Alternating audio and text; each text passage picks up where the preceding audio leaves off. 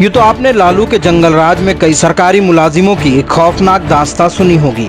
किसी को सरेआम लालू राज में मौत के घाट उतार दिया गया तो कोई आईएएस होकर भी अपनी पत्नी की इज्जत लूटने से न बचा पाया था। लेकिन अतीत के कुछ पन्ने पलटकर देखें तो इस देश में ऐसा भी एक सरकारी अफसर था जिसने लालू की सिट्टी पिट्टी गुम कर रखी थी। वो इंसान कोई और नहीं बल्कि चुनाव आयोग में अपनी सख्ती और पारदर्शिता के लिए पहचाने जाने वाले टीएन शेषन थे। 12 दिसंबर 1990 को शेषन देश के 10वें मुख्य चुनाव आयुक्त बने। उन्होंने इस पद को 1990 से लेकर 96 के बीच संभाला। शेषन की बेबाकी का अंदाजा आप इस बात से लगा सकते हैं कि वो कहा करते थे कि मैं तो नाश्ते में नेताओं को खाता हूँ। आई ईट पॉलिटिशियंस फॉर ब्रेकफास्ट।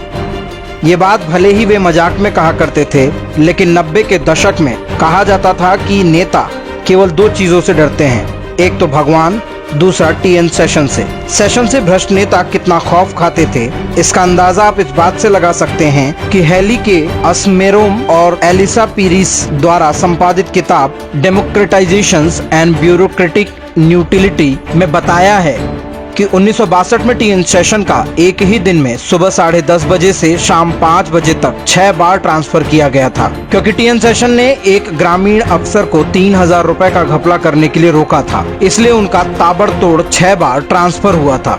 शेषन अपने काम के साथ लालू यादव पर नकेल कसने के लिए खूब चर्चा में आए थे। शेषन 90 के उस दौर में मुख्य चुनाव आयुक्त बने जिस समय बिहार में लालू का जंगल राज था। चुनाव के दौरान बूथ कैप्चरिंग की अनगिनत घटनाएं होती थी। वोट के बदले नोट और शराब बांटा जाता था। बिना किसी रोक टोक के फर्जी मतदान होता था। हिंसा और हत्या तो जैसे बिहार के चुनाव में होना तय ही था। हालात तो ऐसे थे कि हर चुनाव जैसे लोगों के खून का प्यासा होता था। वर्ष 1984 के लोकसभा चुनाव में बिहार में 24 लोग मारे गए थे और 1989 में 40। वहीं विधानसभा चुनाव में मतदान के समय वर्ष 1985 में 63 लोग मारे गए थे और 1990 में 87।